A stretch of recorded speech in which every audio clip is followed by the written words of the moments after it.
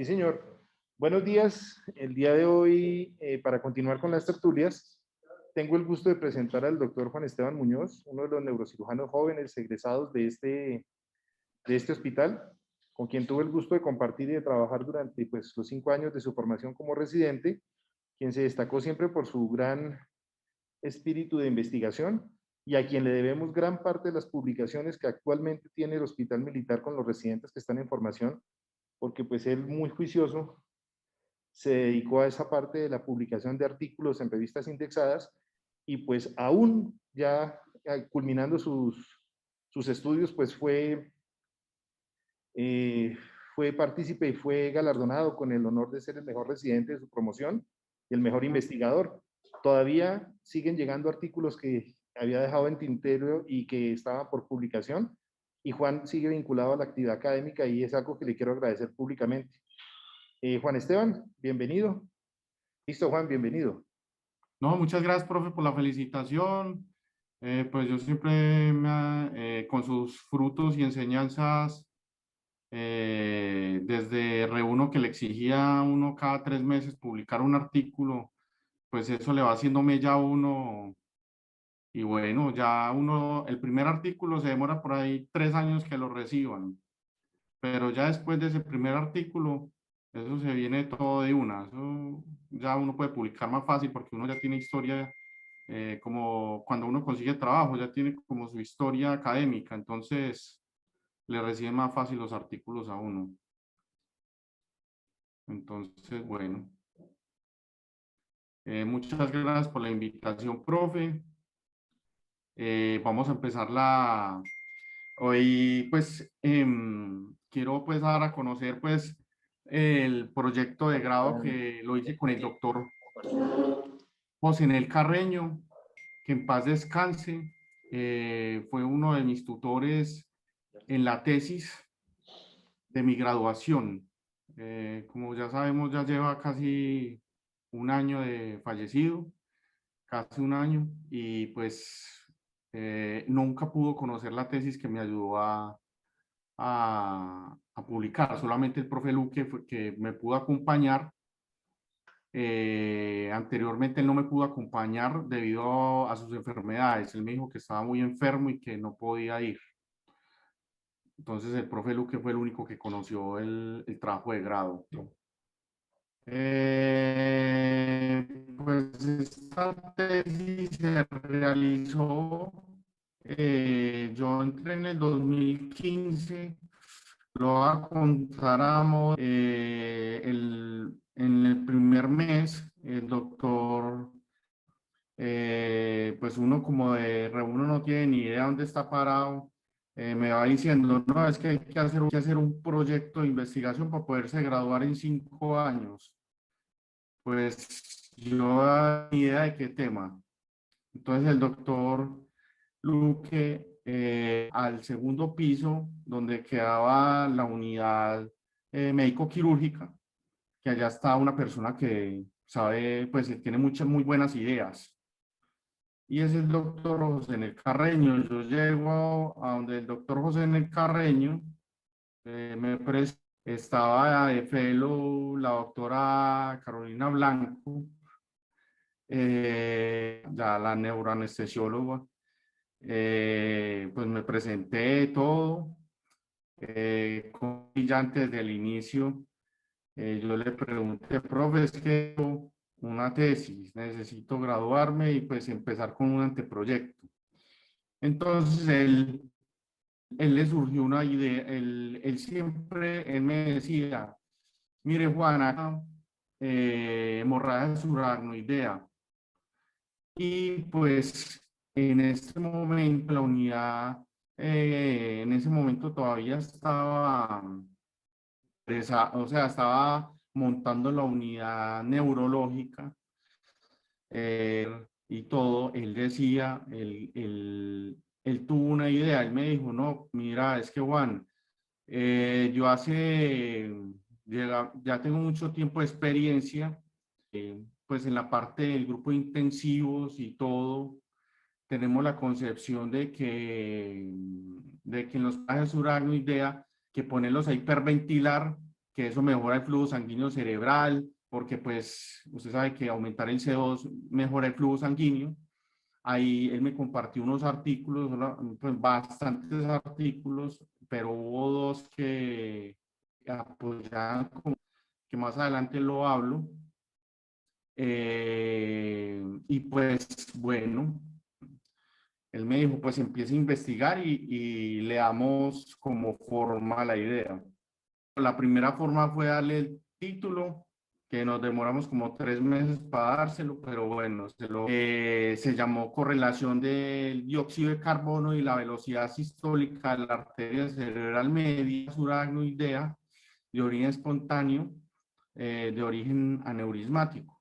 Pues como investigador principal fui yo, y como investigadores estuvo el doctor José Nel, era estudiante Miguel Ángel Mora Maldonado, el profe Luque, y como asesor metodológico el doctor José Nel, y metodológico la doctora Ibata, Linda Ibata. Acá traigo una foto pues para que recordemos al doctor José Nel Carreño, que en paz descanse. Él fue el fundador de la idea y pues por eso quise traerlo a la tertulia, porque pues me parece que es muy importante que se sepa lo que él pensó y pues que nunca pudo conocer la conclusión de su idea. Bueno, nunca hubo conflicto de interés en el trabajo, pues de parte de conflicto en el sentido de que fuéramos patrocinados por una casa comercial o algo, ¿no? Y pues nosotros planteamos el problema en varias cosas, ¿no? El planteamiento del problema, la justificación de por qué hicimos el trabajo, la pregunta de investigación, la metodología, el análisis, los resultados, la discusión y la conclusión.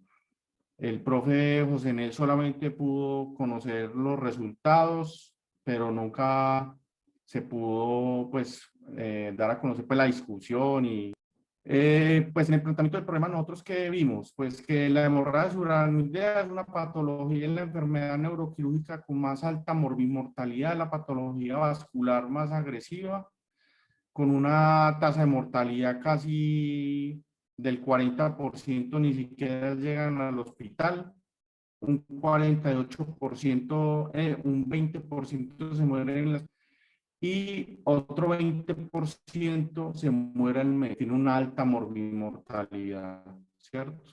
Las complicaciones agudas, el resangrado, la hidrocefalia, el vasoespasmo. El resangrado, pues ya sabemos que se impactó fue en el clipaje temprano del aneurisma o el manejo endovascular. La hidrocefalia, pues se da en los primeros días y se mejora con un dren lumbar o una ventriculostomía. Y el vasoespasmo, que es la complicación más grave de la hemorragia suranoidea, en la cual todavía no hemos encontrado cómo controlar esta complicación. Pues sabemos de muchos métodos como el nimodipino, pues que es pues, sí, para prevención por 21 días, pero pues no sirve mucho. O pues cuando se diagnostica el vasoespasmo tanto clínico y se confirma arteriográfico, pues entonces los endovasculares le inyectan medicamento, nimodipino intraarterial, pero pues es una medida transitoria, eso pues muchas veces no, a la hora o 2 horas vuelve a ser vasoespasmo. Entonces el profe Carreño era muy apasionado del Doppler transcraneano, que pues lamentablemente nosotros es un método no invasivo, diagnóstico, que no necesitamos llevar al paciente a arteriografía cerebral y que pues lastimosamente es una rama que la puede usar el neurocirujano, solamente que pues no tenemos el entrenamiento. Pues yo cuando el doctor Carreño tuvo la idea que él sabe mucho de Doppler transcraneano, pues que me enseñó, pues igual eso se le olvida muchas cosas a uno, porque uno no lo hace de rutina, pero pues al final de la charla les puedo decir cuánto vale hacer un Doppler transcraneano, que nosotros nos olvidamos hacer eso. y pues para el paciente, porque nadie lo hace, ni radiología, pues porque muchas veces no hay tiempo. Y hay radiólogos que no están muy bien entrenados o no están familiarizados con el flujo sanguíneo cerebral. Y pues los que estamos muy familiarizados somos los neurocirujanos y los neurólogos. Ojalá nos pudiéramos entrenar pues más en eso.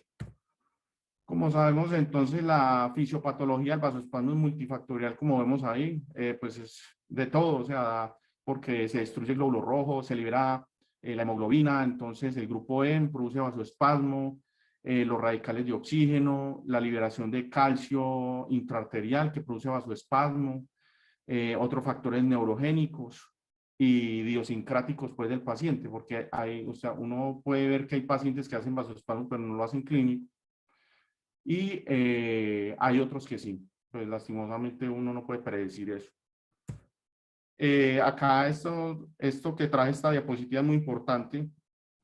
Esto me lo compartió el doctor José Nel de su libro que leía, en la cual haciendo el Doppler transcraneano él tiene se pueden hacer varias ventanas, una ventana transforaminal occipital para la arteria cerebral posterior, o una ventana temporal que es más gruesa en las mujeres, que hay veces era el problema que teníamos, hay veces para recolectar los datos que no permitía ver la arteria cerebral media. Pero bueno, normalmente el flujo sanguíneo cerebral de la arteria cerebral media o de cualquier arteria era menor, pues normal, menos de 110 centímetros por metro cuadrado, la velocidad, ¿sí? Ahí hablo de cómo direccionar la sonda. Esta es la sonda, cómo se direcciona para poder el flujo sanguíneo cerebral, ¿no? Entonces uno puede, pues, mirar la arteria cerebral anterior, la arteria cerebral media, la carótida, porque la intracraneana, ¿no? Porque pues uno puede hacer un Doppler carotido extracraneano, que también lo hacíamos para ver si tenía repercusión en la arteria carótida. Acá el sistema que utilizamos, ¿no? El dispositivo, siempre había problemas porque uno siempre tenía que pedir el dispositivo casi, estaba siempre en la UCI pediátrica, entonces nos tocaba dos. Y acá, como necesitamos que la presión arterial estuviera, normalmente no podía estar hipotenso el paciente, tenía que estar estabilizado, no taquicárdico, con buena saturación para no tener errores a la hora de captar el dato del flujo sanguíneo cerebral. Acá, como como muestran estas imágenes, cuando captamos la velocidad de la arteria cerebral media, que es lo que se ve acá como rojo, ¿sí? Entonces, nos posicionamos en esa zona y daba el latido. Eso es como hacer un ecocardio del corazón. El mismo latido del corazón lo hace también el sistema nervioso, y el flujo sanguíneo cerebral lo marcamos, y después de marcarlo, pues nos da lo que aparece acá, nos da la velocidad de la arteria cerebral media, todo. Por ejemplo, la velocidad de la arteria cerebral media está en 26.6 centímetros por segundo, ¿sí? Entonces, pues no tenía... Entonces, en el planteamiento del problema, es que fue lo que nos llevó a hacer el trabajo. El primero, que fue desarrollado en una población alemana, y cual se miró, era una población casi de 100 hemorragias uranoidea, pero ahí no lo diferenciaban, o sea, ahí cogieron todo: aneurisma incidental, aneurismas por hemorragias uranoidea. Y entonces no tenían muy en cuenta el vasoespasmo. Entonces, no fue una conclusión muy asertiva, en la cual dijeron, no, sí, el flujo sanguíneo sí se altera por el CO2, entonces hacer terapia en la UCI de hiperventilación o hipoventilación sí servía. Pues por la experiencia del doctor Carreño, él empezó a ver que eso no servía para nada. Y pues a nosotros, pues cuando vamos como neurocirujanos a una UCI, muchas veces nosotros somos los que decidimos muchas veces el manejo del paciente, no el intensivista. Entonces, puede que uno dé una recomendación o hiperventile al paciente, pero en el 2014, un señor que se llama Friedrich, un estudio experimental en ratones, dijo que en las primeras 24 horas, en las primeras 3 de 24 horas de una hemorragia subaracnoidea se pierde el flujo, se pierde la vasorreactividad al CO2, o sea, que la autorregulación cerebral está alterada y no tiene ninguna respuesta al CO2. O sea que si por ejemplo o sea, el CO2 está aumentado, normalmente lo que se hace produce vasodilatación cerebral. Si el CO2 está bajo, produce vasoconstricción cerebral, pues como la autorregulación está dañada, entonces no produce nada. O sea, puede estar arriba, puede estar abajo, pero no produce ninguna reacción en el sistema nervioso. No sé si sistémicamente sí lo podrá producir, pero pues en lo que nosotros queríamos evaluar, parece ser que no. Entonces, como justificación nosotros dijimos, no, pues en la actualidad no existe ningún abordaje a este tipo de patología para prevenirla, uno. Y dos, que no sabemos si esos parámetros de dióxido de carbono tenía afectada el comportamiento de la hemorragia subaracnoidea y el flujo sanguíneo cerebral. Él me decía, el doctor Cánedo decía, Juan, es que los neurocirujanos deberíamos de saber hacer Doppler transcraniano, deberíamos de saber algo de neurointensivismo, porque muchas veces los intensivistas nos dicen ciertos términos que nosotros puede que no estemos familiarizados y haya una discusión y nosotros no sepamos ni siquiera abordar el paciente, ¿no? Neurocrítico o sí, o un paciente neurológico en la UCI. Entonces, la pregunta de investigación que nos llevó fue, ¿esta correlación de CO2 tiene que ver algo con las velocidades sistólicas de la arteria cerebral media en los pacientes con hemorragia subaracnoidea espontánea en un periodo de 2015 a 2019? Entonces, el principal objetivo fue determinar con Doppler transcraniano la velocidad sistólica y cuando hacíamos esa velocidad sistólica, hacíamos gases arteriales y mirábamos cómo estaba el CO2. Pues para que no haya ningún pues sesgos o algo, pues a todos los pacientes en la unidad neurocrítica se les hacía Doppler transcraniano y además de eso, y sin importar la patología, o sea, si fuera era un tumor, si fuera algo de trauma raquimedular, a todos se les hacía Doppler y a todos se les hace gases, entonces pues siempre era el mismo manejo. ¿Qué objetivos secundarios queríamos mirar también? Que la población del militar, del hospital militar, cuáles eran las características sociodemográficas y cuáles eran las complicaciones y el manejo que se le daba a esos pacientes. Fue un estudio de corte transversal, como dije, fue un estudio del 2015 al 2019.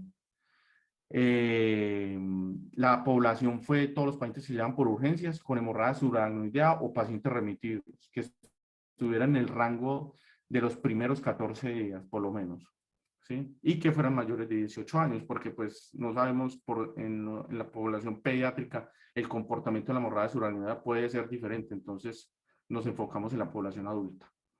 Entonces, los criterios de inclusión, ¿cuáles fueron? Uno, que tuviera hemorragia subaracnoidea de origen aneurismático confirmada por arterio, ¿no?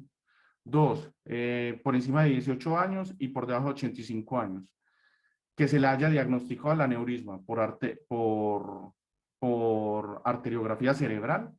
Hay pacientes que por inestabilidad del paciente no se podía hacer arteriografía, tocaba TAC, o bueno, hay veces fallecían las primeras 48 horas lastimosamente. No se podía hacer, ya no se podía encontrar aneurisma. Y se le hacía seguimiento 14 días con el Doppler transcraniano, ¿no? ¿Cuáles se excluían del trabajo? Uno, que después de 14 días de cuadro de hemorragia subaracnoidea llegaran, esos pacientes ya no se incluyen en el estudio, y por ejemplo, si ya llevaba menos de 14 días, pero ya eran manejados extrainstitucionalmente, tampoco. La metodología que utilizamos una base de correlación que era de un estudio en donde se relacionaba el CO2 con la velocidad sistólica, un estudio que se realizó en el 2010, no, 2008, donde la R era de 0.54. Entonces, con esa R, ya el epidemiólogo calculó la muestra que se necesitaba recolectar en 4 años y fueron 54 pacientes. Hablando pues que 54 pacientes del Hospital Militar tiene una gran cantidad de pacientes que llegan por hemorragia subaracnoidea, porque pues donde yo trabajo, si les llega una hemorragia subaracnoidea al mes es mucho. Y de lo que llevo, me han llegado 5 pacientes de origen aneurismático, o sea que el volumen del Hospital Militar es casi de referencia, porque que lleguen 54 pacientes y eso que yo creo que llega más a donde trabaja el profe Luque, más al Instituto Cardiovascular de Soacha. Creo que el volumen de patología vascular es impresionante en Soacha, ¿no? Comparado con el militar es como parecido. No sé si el profe Luque esté de acuerdo con con lo que digo, pues que ya la patología vascular es impresionante. Sí, Juan, al final voy a hacer los comentarios, pero sí, definitivamente, pues se aumentó la etiología neurismática en el hospital y el instituto de referencia mío, el cardiovascular, como pude manifestarles en un estudio que hice anterior con la presencia de los aneurismas que había tenido la ocasión de eclipar, pues allá llevo casi 800, la mitad, poquitico más de la mitad de lo que llevo en toda mi carrera. Entonces, sí, definitivamente son de referencia, Juan. Perfecto, profe. Pues ya en la parte de investigación se definió pues por el artículo 11 de la resolución que no tenía ningún riesgo para el paciente porque pues se le hacía el manejo y era un estudio pues prospectivo. Entonces, ¿cómo era la metodología? Llegaba el paciente a urgencias, entonces uno lo captaba, le decía al médico general, bueno, hágale gases arteriales, ya uno como residente lo veía, TAC, examen de laboratorio, listo, subámoslo a la UCI, le hacemos seguimiento por 14 días, le hacemos en las primeras 24 horas a 40, pues máximo de 32 horas, una arteriografía diagnóstica y el Doppler transcraneano y los gases, ¿cierto? Y captamos qué Fisher era el paciente, qué escala de Juniges, qué comorbilidades tenía y el sexo, ¿cierto? Bueno, entonces ya las pruebas estadísticas, pues que utilizó la epidemióloga para todo, ¿sí? La prueba de Agostino, la de Groups y la correlación de Pearson, que es utilizada en muchos estudios, en la cual era importante si era por debajo de 0.05, ¿sí? Entonces, ¿cuáles fueron las características sociodemográficas que vimos? Uno, que en el sexo era más frecuente en las mujeres, casi 39 mujeres, 15 hombres, de las cuales el 72% era población más femenina y 28% masculina. La edad, 46 años, 46 y 61 años. Pues esto es en hombres y en mujeres, ¿no? Con un máximo de edad de 80 años en hombres y el límite de 85 años en mujeres, ¿no? De comorbilidades, ninguna comorbilidad tenía los pacientes, un 16 pacientes, eso que equivale como al 30%. Que tenía más de 2 comorbilidades, 16 pacientes, 30%. Número de aneurismas, pues no se pudieron localizar lastimosamente por la estabilidad hemodinámica del paciente, 5 pacientes. Eso equivale a casi un 10%. Un solo aneurisma, 40 pacientes de los 54 pacientes. Y el resto de 2 o más aneurismas, por ejemplo, el de más aneurismas, era más de 2 aneurismas, se encontraban 3 o 4, encontramos en el hospital militar 4 pacientes, que eso equivale casi al 8%. Pues yo conocía la estadística de un trabajo que hizo el doctor Caballero, que dijo que había encontrado que la patología aneurismática en la localización más frecuente era la arteria cerebral media. Pues en nuestro estudio encontramos que fue pues la arteria cerebral anterior, pues eso seguramente en esa época fue la arteria cerebral media, en esta época que nos pasó a nosotros, en un 26%, pues fue arteria comunicante anterior, ¿no? Y luego la arteria cerebral media, que fue en 9 pacientes, que fue el 17%. Complicaciones, pues el vasoespasmo, ninguna complicación, bueno, gracias a 26 pacientes no tuvo ninguna complicación, que eso fue el 50%, y lastimosamente 17% tuvieron vasoespasmo, que eso equivalió al 32%. Resangrado solamente hubo uno. Mire cómo pues, se ve cómo se ha impactado en esta complicación con el manejo endovascular o quirúrgico de los pacientes con aneurismas, lo que ha cambiado. Y la hidrocefalia, pues que se le hace manejo con ventriculostomía en un 10%. La escalada Fisher, como ya todos sabemos, que predice también riesgo de vasoespasmo y hidrocefalia. De hidrocefalia Fisher 4 fueron 28 pacientes, 51, 52%. ¿Sí? De los pacientes con Juniges de mal pronóstico, la escala 5, llegaban 10 pacientes, 19%, pero miren cómo la escala Juniges, cómo llegan los pacientes, del 54%, de 54, perdón, 54 pacientes, 25 tenían un Juniges 1, o sea, llegaban casi normales, solamente por cefalea, y un TAC que mostraba la hemorragia subaracnoidea, con un 46% con respecto a los 54 pacientes. Ya cuando vimos el tratamiento embolización quirúrgico, por ejemplo, recibió tratamiento 14 pacientes por la estabilidad del paciente. Cirugía, pues casi siempre, pues optamos siempre por la cirugía como manejo primario. Y pues el día de tratamiento por lo general, las primeras 72 horas, pero hay veces que los insumos, la sala, la estabilidad del paciente, entonces muchas veces no se puede operar en las primeras 72 horas, porque estos pacientes hay que llevarlos con el mínimo menor edema cerebral, paciente estabilizado hemodinámicamente, ¿sí? Muy tranquilo para el intraoperatorio, y fueron 30 pacientes, que equivale al 56%.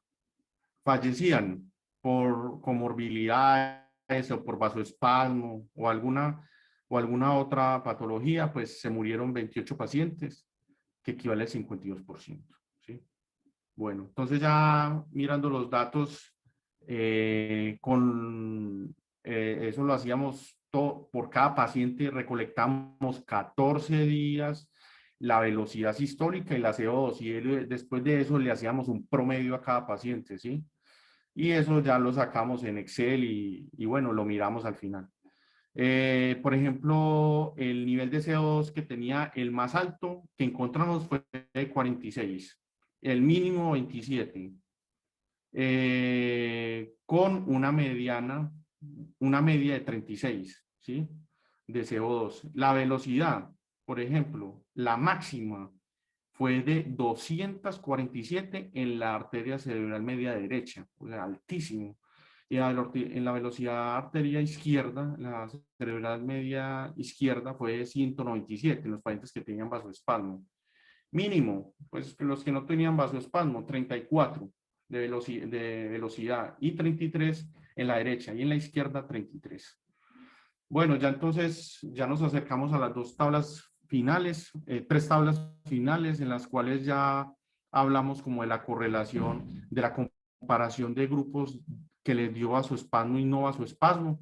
Y como vemos, por ejemplo, los pacientes que les dio vasoespasmo, el máximo, por ejemplo, en la derecha, 247. ¿Y cómo estaba el CO2?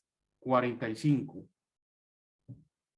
Y, por ejemplo, en la arteria cerebral media derecha, esto todo es promedio, ¿no? Pues porque por cada paciente es imposible.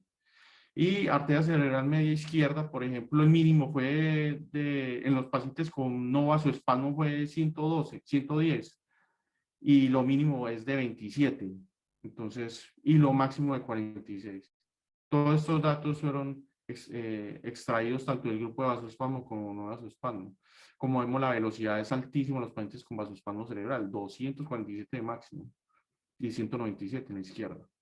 Luego, cuando, como dije, la correlación de Pearson para ver si hubo correlación de CO2 con velocidades, lo que encontramos es que no había correlación. O sea, si la velocidad estaba alta, no había vasodilatación y el CO2 no cumplía ningún efecto fisiopatológico.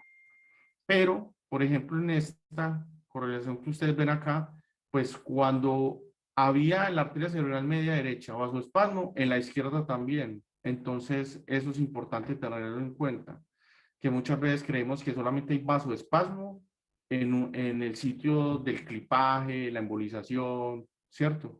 Pero no, eso es una enfermedad sistémica, como la hipertensión arterial, eso afecta todas las arterias. Entonces, como vemos, sí hay una correlación. Cuando hay vasoespasmo en el lado derecho, hay vasoespasmo en el lado izquierdo. Y, por ejemplo, también hay vasoespasmo en el lado izquierdo, hay vasoespasmo en el lado derecho. Y, por ejemplo, acá en este grupo de pacientes que no tuvieron vasoespasmo, por ejemplo, no tuvieron vasoespasmo, si no tenía vasoespasmo la arteria cerebral media derecha, pues no tenía vasoespasmo la arteria cerebral media izquierda, pero tampoco era afectada por el CO2. O sea que la enfermedad, la hemorragia subaracnoidea en sí daña la autorregulación cerebral, tanto en los pacientes con vasoespasmo y no vasoespasmo, y el efecto del CO2 en el flujo sanguíneo cerebral no surgía el efecto que tenía que hacer. Bueno, entonces ya como la discusión para explicar pues estos resultados, ya sabemos que tiene alta mortalidad, enfermedad devastadora, la incidencia es casi 10 casos por 100.000 personas. Los tipos de complicaciones, como vimos, están en la literatura. Está totalmente basado en la literatura, aguda, subaguda y crónica, donde la aguda es el resangrado, subaguda es la hidrocefalia y el vasoespasmo, ¿no?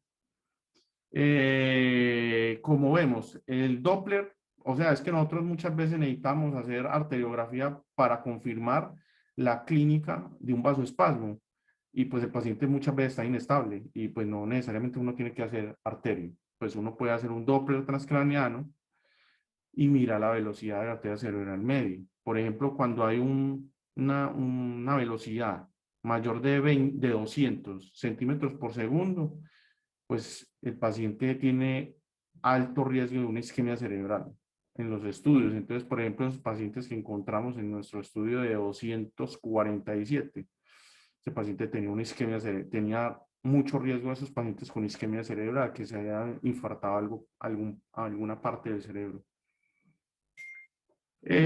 Pues como ya sabemos, y más la doctora Blanco, que es neuroanestesióloga, este dato lo saqué pues un libro de anestesia fisiológico de 1964, donde la concepción del CO2, o sea, hipercapnia, vasodilatación, hipocapnia, vasoconstricción. Esos, desde 1964 nosotros tenemos la concepción que el CO2 afecta como en una persona normal a un paciente con vasoespasmo. Bueno, y pues la primera diapositiva en la cual hablaba de los dos estudios, pues no encontramos similitud con el estudio de 1997, uno, porque igual la muestra de 1997 era heterogénea, no era homogénea, eran aneurismas incidentales, entonces eso pues no tiene ninguna, esa observación que encontraron no tiene ningún impacto. Pero sí está de acuerdo al estudio que hizo en el 2014 en ratones esta persona, Friedrich, en el 2014, que la vasoreactividad o la reactividad al CO2 se pierde en las primeras 3 horas de sufrir un vasoespasmo, o sea, desde entrada ya no tiene regulación cerebral. Entonces, ¿qué nos llevó a la hipótesis? Entonces, el CO2 sí nos sirve a uno para direccionar tratamiento, porque hay veces es el tratamiento final en los pacientes con edemas cerebrales, con hipertensión endocrinarias refractarias, cuando ya le ponemos ventriculostomía, manejo de edema cerebral, y pues al final ya vamos a esta última etapa. Pues mirando la literatura hay poca, uno. Y dos, en nuestro estudio encontró que no sirve para nada ponerle CO2 o sea, disminuir el CO2, por eso poner a hiperventilar al paciente, eso no tiene ningún efecto en el sistema nervioso. Sistémicamente puede llevarlo, pero cerebralmente no. Entonces, ¿qué nos llevó como conclusión? Pues necesitamos un estudio más grande, de más pacientes. Ojalá, como pienso, hacer un estudio de varios hospitales, por ejemplo, el cardiovascular del niño, otro hospital, el hospital militar, otro hospital, y ampliar la muestra para dar una conclusión más acertada, pero por lo que vemos en nuestro estudio es que el CO2 para manejo en neurointensivismo en pacientes con hemorragia subaracnoidea no tiene ningún efecto. Creo que esa conclusión el profe Josénel había llegado empíricamente, pues sin ningún estudio, solamente pues que uno las observaciones las tiene que colocar pues en algo de algún trabajo que lo avale. Pues bueno, acá está el aval del pensamiento del doctor José. Muchas gracias. Juan, muchísimas gracias. Definitivamente, pues comentarios son muchos.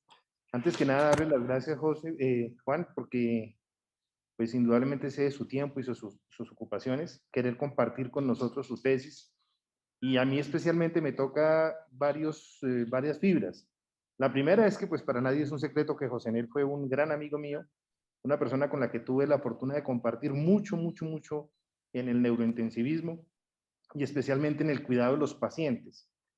Le hubiera gustado mucho escuchar esa última conclusión, Juan, porque como usted bien dice, contradicen lo que estábamos acostumbrados en la fisiología normal, y es que este mundo está lleno de contradicciones y de demostrar con hechos verídicos esas contradicciones.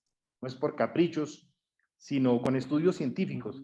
Definitivamente ahora sí entiendo por qué, una vez más, pues usted fue galardonado como el mejor investigador de su promoción y el mejor residente, porque definitivamente pues de una inquietud de José Nel, pues partió esto. Con respecto a los casos, sí, Juan, en el hospital cardiovascular, como le digo, es más del 50% de los aneurismas que yo he tenido la oportunidad de clipar.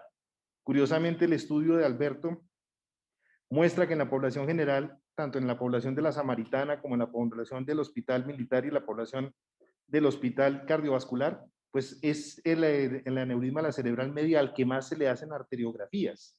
Eso no quiere decir que sea el más común, eso estaría en desacuerdo en algo con las estadísticas normales. Me gustan muchísimo las conclusiones de la mortalidad, el impacto, como usted bien dijo, en cuanto al sexo, la incidencia, nuestra población, que definitivamente nuestra población latina con el riesgo de hemorragia subaracnoidea es una población moderada, no es tan alta como en algunos países asiáticos, pero tampoco es baja como en algunos países europeos.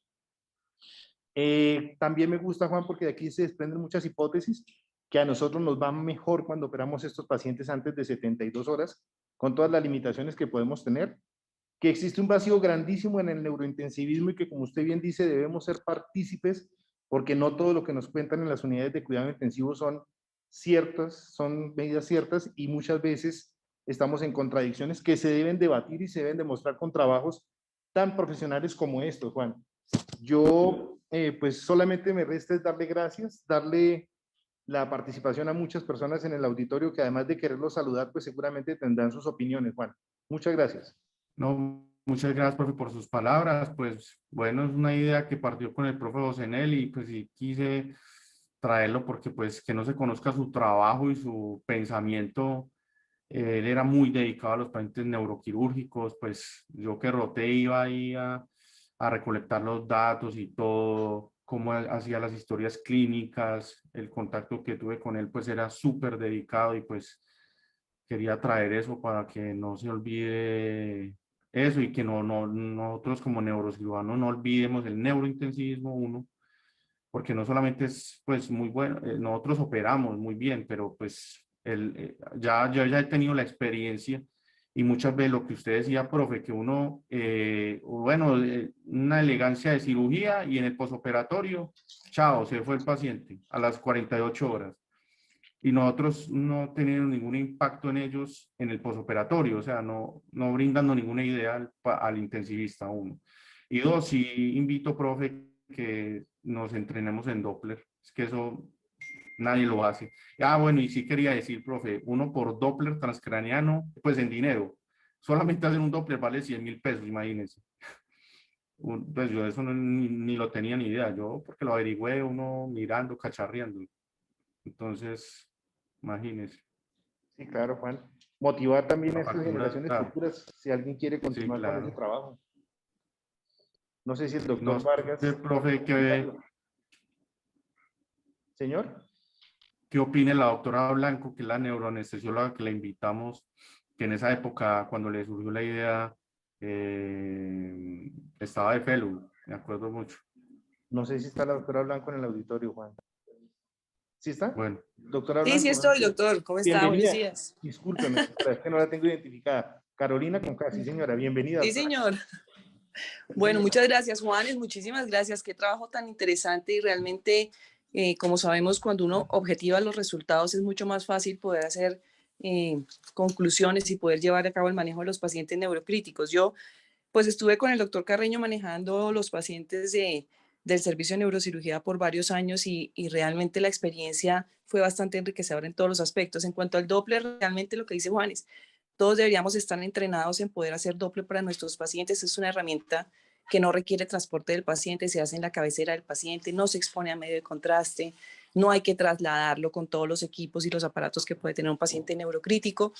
Entonces realmente, y le brinda a uno muchísimas herramientas y el entrenamiento realmente no es complejo. La curva de aprendizaje, pues con un profesor como el que yo tuve, como el doctor Carreño, realmente es muy corta y arroja muy buenos resultados. En cuanto a la hiperventilación, exactamente la última recomendación de las guías en todos los aspectos es tratar de evitarla solamente como medida de rescate en pacientes con hipertensión endocraniana severa, ya que no solamente, como decía Juanes, está alterada la autorregulación en los pacientes en hemorragia subaracnoidea y realmente el beneficio no es ninguno, sino que también podemos tener situaciones deleterias en otros órganos de la economía, como por ejemplo la vasoconstricción de las arterias coronarias cardíacas que se ha documentado y alteraciones en la perfusión, es decir, se altera toda la parte de la barrera alveolo-capilar, produciendo algunas veces algún tipo de exudado y alterando la difusión del oxígeno, que sería otro problema más que le podríamos añadir a un paciente que ya de por sí está crítico.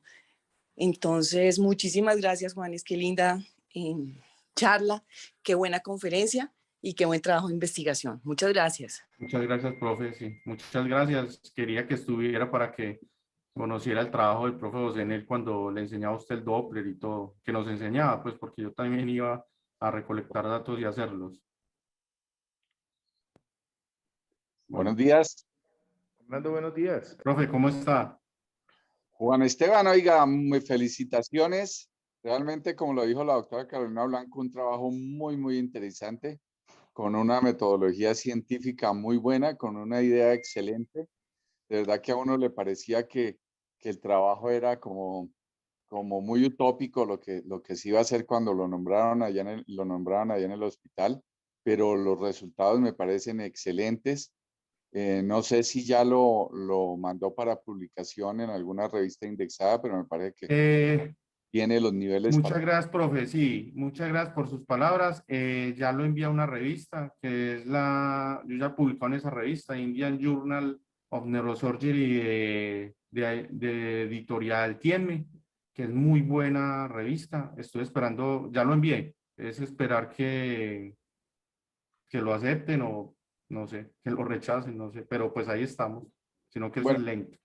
y hay una pregunta que yo tengo, es que ¿cuánto tiempo demora la pérdida de la autorregulación después de la Profe, hemorragia? No idea.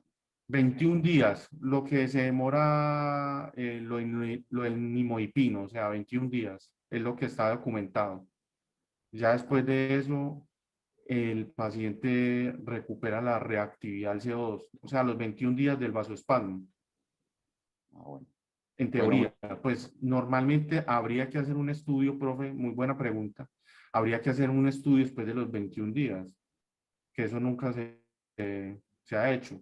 Sería muy interesante, profe, los datos de antes de 21, o sea, los primeros, el rango de los 21 días y un rango después de los 21 días, una muestra aleatoria y mirar a ver si ya se recuperó o no. Sería muy interesante, profe, porque eso no está documentado. Yo no claro. sé, no sé Orlando, y Muchas gracias por su observación. no sé Orlando y no sé Juan si de pronto Pues una cosa es la presentación del espasmo, que puede ser posible que se presente, y otra la repercusión clínica que tenga. Pero, Orlando, yo no recuerdo haber tenido pacientes con más de 15 días después de la hemorragia subaracnoidea que presenten un vasoespasmo. Yo, personalmente, de pronto hay, no sé si alguien tenga más pacientes que se les hayan presentado en esa forma, porque vasoespasmos tardíos más bien pocos, Orlando, o no sé. Sí. No, la pregunta es, ¿cuánto demora la pérdida de la, Ok. de la autorregulación en la hemorragia subaracnoidea?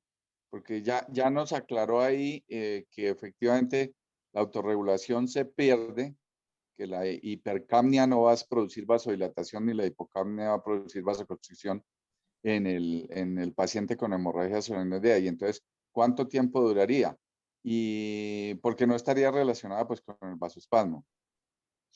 Sí, profe, tendríamos que hacer un estudio de duración, o sea, tendríamos que hacer casi un Doppler casi por un mes a ver si hasta cuándo, porque nosotros solamente hasta el día 14, o sea, tendríamos que alargar más el Doppler transcraniano y, y los ejes arteriales, pero sí, muy interesante su observación, profe, yo no lo había pensado, la verdad. Sería bueno hacer un trabajo, una extensión del trabajo para saber hasta cuándo dura.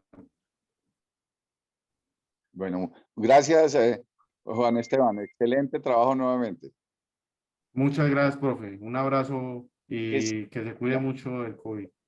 espero que siga vinculado a la charla militar. A la actividad académica, Listo. hombre. ¿Hay alguien que levantó la mano? El doctor Vargas. Doctor Vargas, buenos días. Sí, muy interesante el trabajo y muchas gracias, doctor Juan Esteban, por hacer la mención de ese gran amigo y compañero José Nel, quien era muy dedicado y nos insistía mucho a todos en aprender Doppler. Como dijo la doctora, quizás sea menos complicado y de pronto hay sitios donde está la disponibilidad del aparato para poder hacer el ultrasonido fácilmente disponible en la UCI, porque como usted lo mencionó, muchas veces está en otro servicio y no lo prestan y solo es para cardiología y no sé qué. Entonces no es tan fácil como si hubiera un aparato de Doppler en la UCI. Una pregunta tengo que no me es muy clara. Uno enseña siempre a los estudiantes, de todas maneras, que la manipulación del CO2 es una de las armas terapéuticas salvadoras en algunos casos.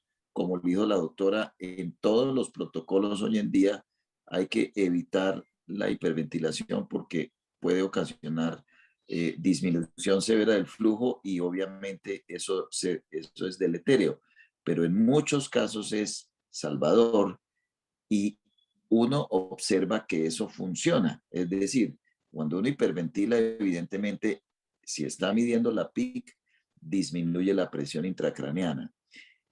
Ese comportamiento, entonces, en hemorragia subaracnoidea, no sería así, según su conclusión, ¿no es cierto? Es decir, claramente no hay un efecto real sobre la presión intracraneana en un paciente que tiene hipertensión endocraniana por hemorragia subaracnoidea. ¿Podríamos concluir eso, doctor Juan Esteban? Doctor Gabriel, ¿cómo está? Gracias por sus comentarios.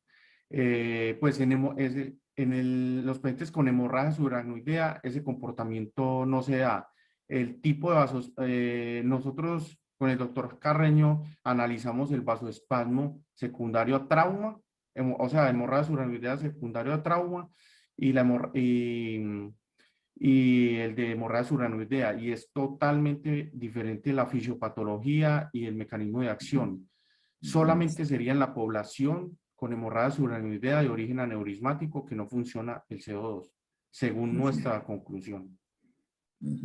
Okay. Tendríamos que hacer como dije, pues 54 pacientes, pues uno lo ve poco, pero pues yo mire todos los estudios, eran 25, No, 27. es un muy buen número, Hicimos es un muy buen número. un buen número, 54. Ojalá Sí. fuéramos como el cardiovascular del niño, que 800, o sea, pero pues un número considerable de 54 pacientes y no vimos ese efecto del CO2. Es más, el doctor Carreño nunca los ponía a hiperventilar, a no ser pues que tuviera un edema cerebral, pues que el mecanismo de otro tipo, o sea, para otro manejo, pero que entraba a manejar con CO2 estos pacientes, no los hacía.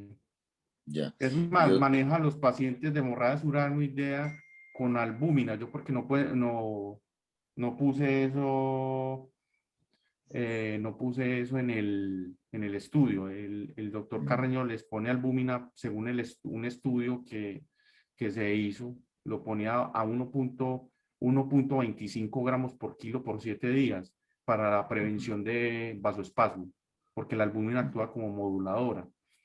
Me acuerdo de una anécdota que ese tratamiento se lo puso un paciente del doctor Rojas, me acuerdo mucho, y se lo puse en urgencias. Pues lastimosamente, pues le hice un edema de pulmón al paciente, porque pues poniendo albúmina tiene que estar el paciente en UCI, pues para no producir edema de pulmón. Entonces, él le ponía albúmina, le hacía ecocardio, pues los tenía muy bien monitorizados, la verdad. Usaba mucha terapia multimodal. Y pues él empíricamente llegó a esa conclusión, pero ya lo plasmamos en el artículo, o sea, que no tiene ningún efecto en hemorragia suranoidea, en ese grupo, no más. Muchas gracias, doctor Gonestian. Felicitaciones, muy buen artículo. Gracias, muchas gracias. Saludos a todos, al doctor Toro desde Puerto Asís, Putumayo. Saludos a todos mis compañeros. El doctor Leonardo Chacón, doctor Rojas, el doctor Caballero, todos los residentes, Claudita, bueno, y los recién egresados, Carlitos y Ángela. Juan, muchas gracias nuevamente. Yo solamente le resto pues decir dos cosas. Qué bueno que esté en vía de publicación y que esto debe multiplicarse en estas futuras generaciones porque es un estudio que bien vale la pena continuarlo. Está todo ahí servido, Juan. Solamente es meter pacientes y aprender a hacer el Doppler. Ya los métodos están. Exactamente, profe. Muchas gracias, Juan. Hacerlo con el cardiovascular, profe. Sí, valdría la pena. Paciente. Yo quiero decirle que los 800 son en 14 años de trabajo, ¿no? Porque estos 54 fueron en dos años y también es un número considerablemente... En 4 años, profe. Perdón, en 4 años. Sí, es un número bastante sí. Bueno. Juan, muchas gracias. A todos nuevamente, muchas gracias. Solamente me resta invitarlos en 8 días. Otro de nuestros egresados, el doctor Carlos Guinán, nos va a hablar de las experiencias de la fijación del tornillo odontoideo, como para cambiar de modalidad y darle nuevamente charlas a columna. Juan, muchísimas gracias por todos sus esfuerzos y sus aportes muy valiosos al servicio de neurocirugía, Juan. Gracias. Bueno, profe. Bueno, muchas gracias a todos. Un abrazo.